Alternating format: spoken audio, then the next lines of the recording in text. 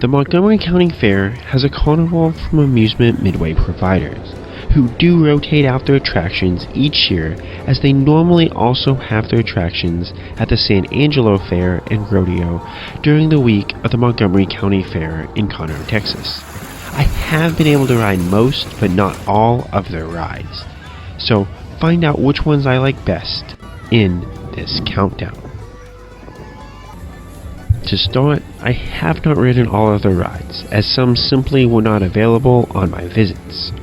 Some were also only at Magical Winter Lights, and I will include those as well, as they have potential to show up at the Montgomery County Fair.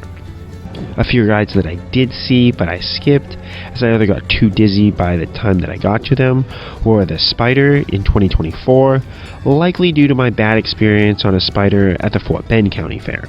Yo-Yo at Magical Winter Lights, as it was too cold to stay and keep riding, the Tilt-A-Whirl both years I visited the Montgomery County Fair, and Flashback, as those are some of the worst flat rides for me, as they make me crazy dizzy. This also means my list may be different than others, as I just cannot handle some of the stronger spinning nowadays, even though I love it as a concept. Other rides that I saw, but they banned single riders, include Fireball, their other Lawson Loop, as well as Century Wheel and Mulligan Wheel, the two Ferris wheels at the Montgomery County Fair. Kid rides do ban adults, some outright, others simply just require a kid to ride along.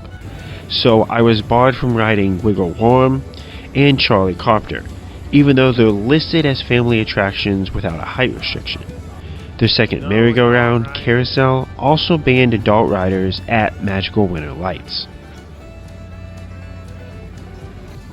Number 30.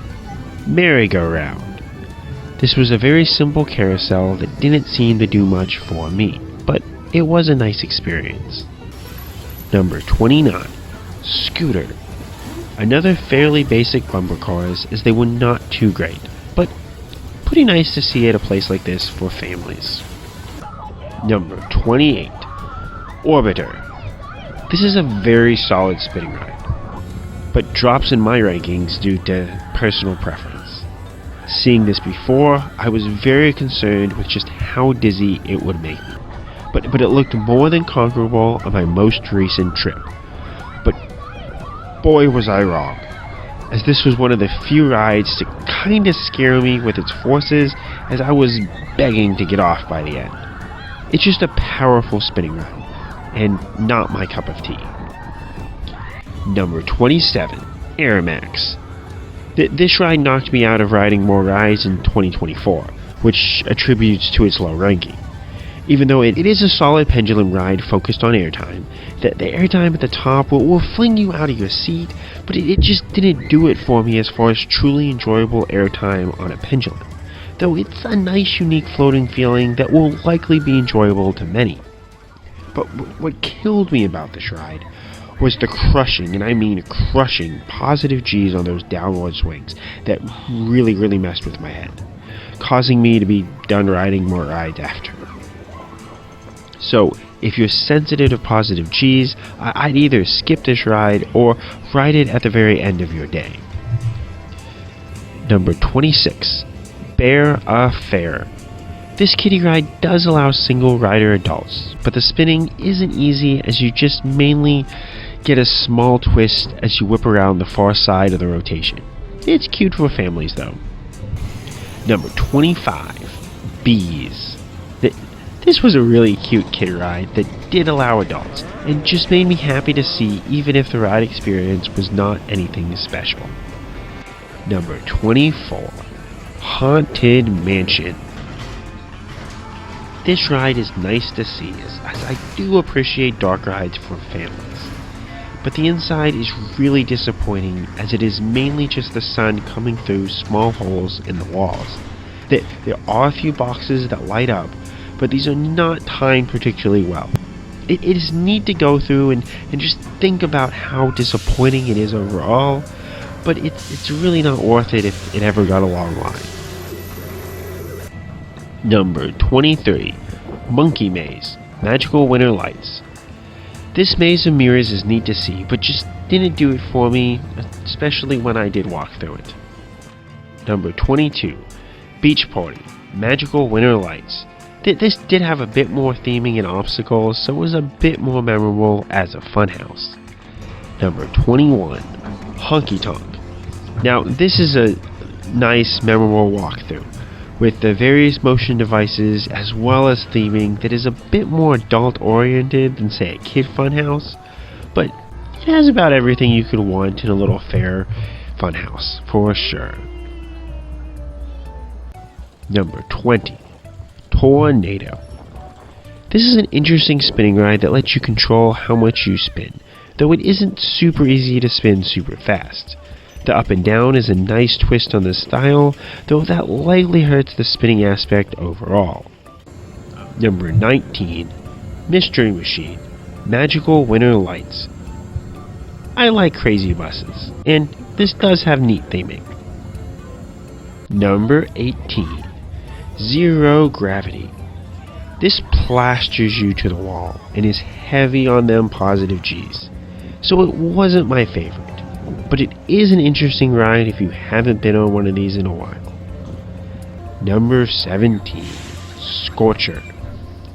One of two of their scramblers, this one wasn't as good for me as the laterals were really strong from the car and a bit too crushing to make the whole experience enjoyable.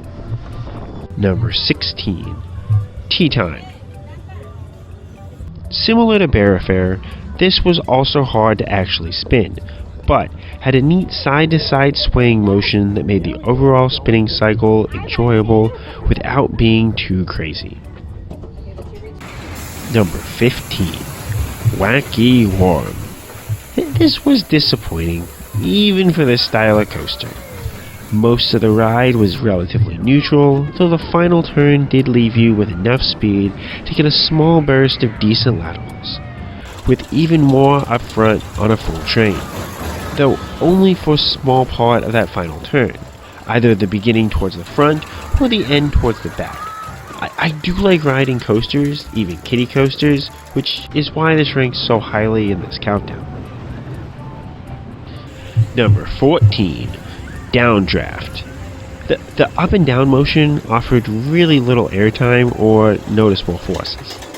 This ride was all about crushing laterals that left my legs feeling numb for my blood rushing to them. It was strong and enjoyable for what it is, but just be warned about the strength of those laterals. Number 13, Crazy Dance. This takes me back to Siam Amazing Park in Thailand, though this one did not spin much as you mainly just got stuck in rocking purgatory. For me, since I cannot handle spinning crazily anymore, this was more than fine as I could enjoy the ride without it beating me up too much. Number 12, Big Surf.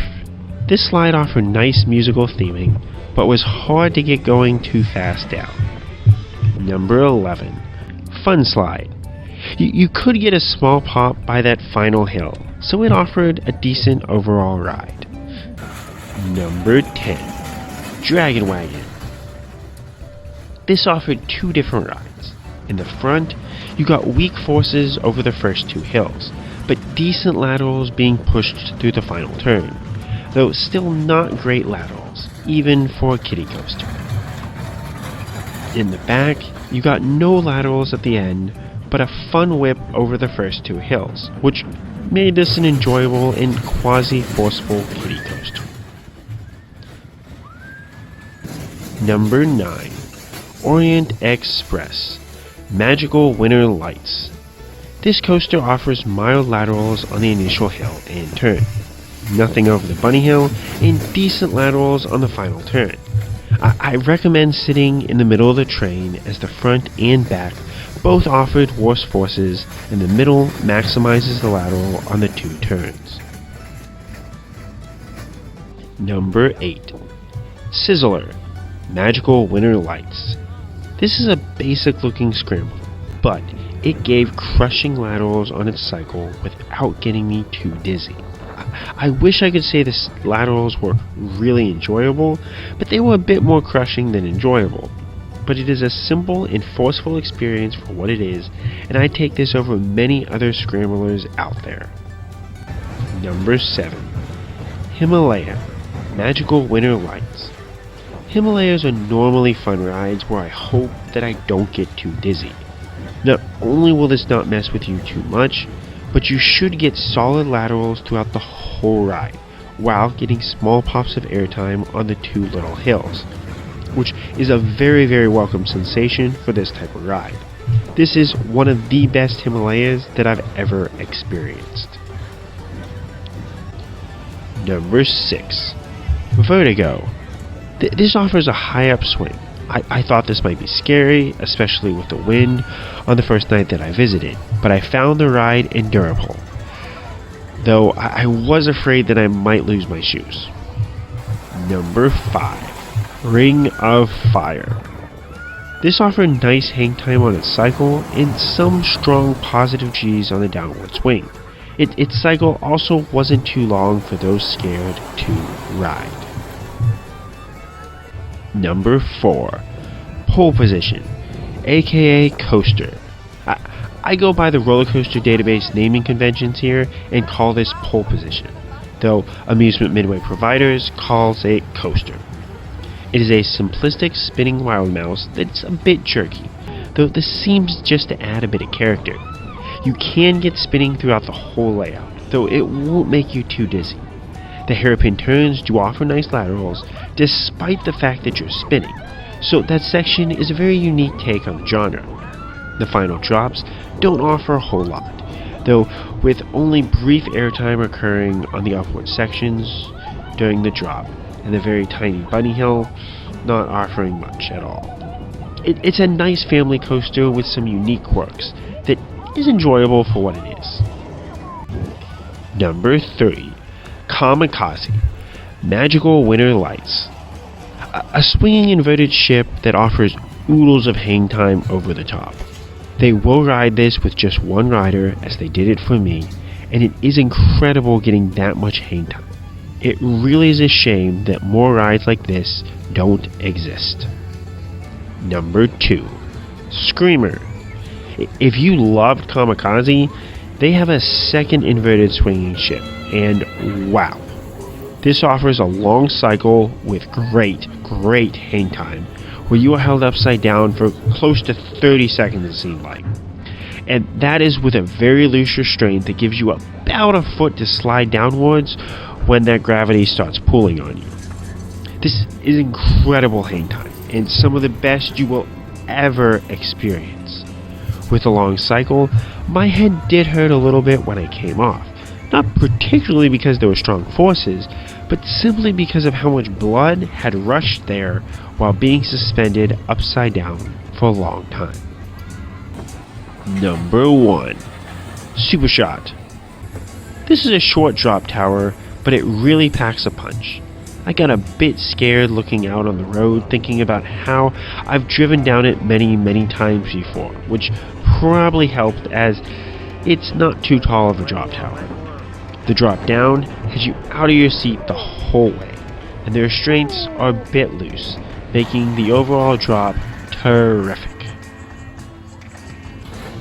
Which rides have you experienced at the Montgomery County Fair, or with Amusement Midway Providers in general? Likely, if you can handle spinning in positive G's, your list is going to look a lot different than mine, but that's the beauty of family and fly rides. If you haven't ridden some of these attractions, which ones are you looking forward to riding? Let me know, and as always, Kapkun Krap.